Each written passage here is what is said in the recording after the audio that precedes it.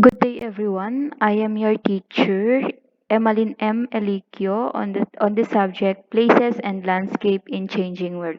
So today we are going to discuss places and landscape. We're going to define first the places and land, landscapes. So we have here questions. What do you see? What do you see when you walk down? What do you see when you walk along? What do you see when you look outside? Kindly observe what do you see around you. These are all landscapes class. The trees, mountains, buildings, natural environment, everything that you can see around you is a part of landscapes. So what is landscape? A landscapes is a large extension of land that we can see from a certain place. It is made up of the land, plants, the houses, the roads, the animals, the farms, and much, much more.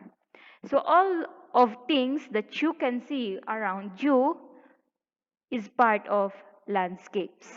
Next is the natural versus artificial. Let's go back first the places and landscape. First, the landscape we already mentioned the houses, buildings. The place there is where they are located. Next is the natural versus artificial. Natural elements of a landscapes are elements that nature makes.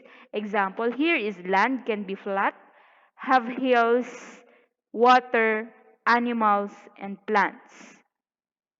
Next is the artificial elements are elements made by people. Example, buildings, roads, bridges, tunnels, farmland, I should say. So to furtherly understand the difference of this natural and artificial landscape is true natural, they are creation of God. It's naturally exists. Through artificial, of course, there is a what? A human beings or the actions of human beings or the involvement of human person. Take note of that. Next, here is the example of a landscape with a buildings and the natural landscapes. Another is there are different types of landscapes too. The natural landscape and humanized landscape. When we say about natural landscape, when are more natural elements than artificial elements. While humanized landscape, when are more artificial elements than natural elements. Here is some example of humanized landscapes. This is a natural landscape. Next, what does coastal and inland mean? A landscape can be coastal. This is the different types of a landscape. So a landscape can be coastal if it's near the sea. Next is a landscape can be inland if it's far from the sea. Do you see the difference? Next is this is one of the example. Next is the dry and wet. Dry landscape when there is a very little water or plant and trees. While wet landscape when there is a lot of water, plants and trees. So that is the difference of the dry and wet landscape. Another is relief. Relief is all the different types of land. Example here is mountains, valleys, plains, plateau, beaches, cliff, etc. So land near the sea is coastal relief. Land near the sea. Take note.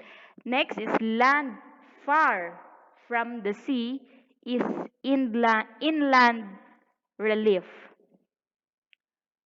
Next is the form of coast. The coast is the part of land that is next to the sea. Forms high and rocky coast, low and sandy coast. This makes up the coastal relief. The coastal relief is made up of different landscapes. Example here is the beaches. It's the lowlands near the sea, covered in sand or rocks. Next is the cliff landscape. Cliff are lands near the sea, but they are high and rocky. Next, cape. A cape is a piece of land that goes out into sea. Next is gulf.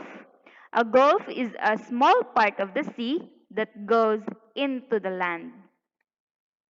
Another example is bays and coves. A small bay or a small gulf is a bay. A small bay is a cove. That's the difference. Next is islands. A portion of land that has water all around it. Island is very common to you.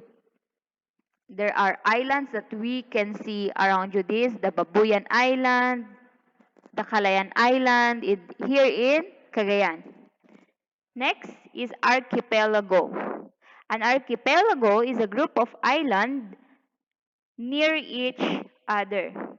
Next is peninsula or and isthmus. A peninsula is a piece of land that has water on all but one side.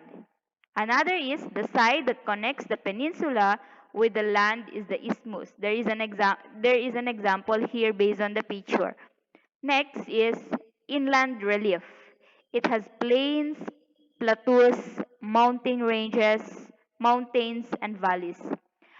First, a plain is a large piece of land that is horizontal and flat.